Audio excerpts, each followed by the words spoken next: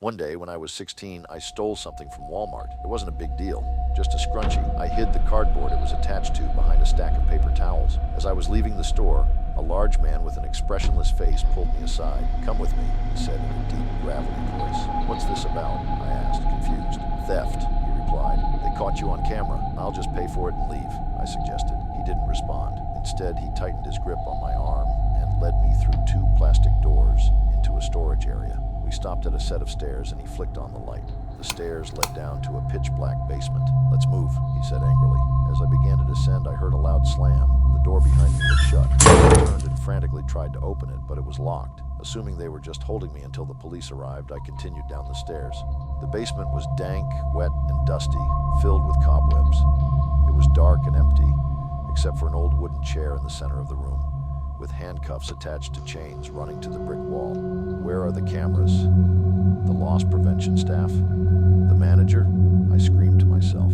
The air smelled of mildew and something foul, like rotting meat, coming from a dark corner I dreaded to approach. I decided to sit on the bottom step, my mind racing, especially about the man who had brought me down here. He looked disheveled, and wasn't in Walmart attire. He wore a cheap, fake police uniform. His badge was partially unstitched, his hands were covered in dried mud, and he had a strong body odor. "Forget this," I thought. I pulled out my phone and called the store. "Thank you for calling Walmart. This is Destiny. How may I help you?" A voice answered. "Yes, I'm stuck in your basement. A man grabbed me, claimed to be in loss prevention, accused me of stealing, and brought me down here. I can't get out." Suddenly, the basement door opened, and I heard whistling and the creaking of the wooden stairs. I backed into a corner and picked up the chair, ready to use it as a weapon. The man who had brought me down and another older man appeared at the bottom of the stairs, both with wide grins. The man in the security uniform twirled a baton. "Have a seat in the chair, baby cakes," he said creepily.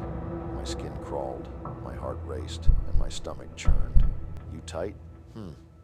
I'll bet you are," he said, as the older man started rubbing himself. Both men slowly approached, unzipping their pants. I held the chair up, ready to swing. "I'll kill you," I shouted. "She's gonna kill us." The man laughed, turning to the older man. "She thinks that rickety old chair will do something." The older man giggled, his voice thick with phlegm, and spat on the floor. The older man took off his shirt and belt, wrapping the belt around his knuckles. I thought I was going to die, until I heard a voice. "Hello? Anyone down there?" The men, startled, ran into the darkness, opening a door that led outside.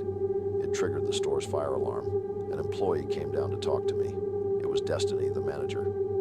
The theft was overlooked, and I could only identify the man in the security uniform. The older man didn't appear on any cameras.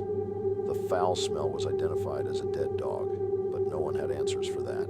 "Let me give you one piece of advice," Destiny said. "From now on, only trust people in Walmart uniforms." "I understand," I replied, shaken. "Oh, and by the way, our loss prevention office is upstairs." The men were never found.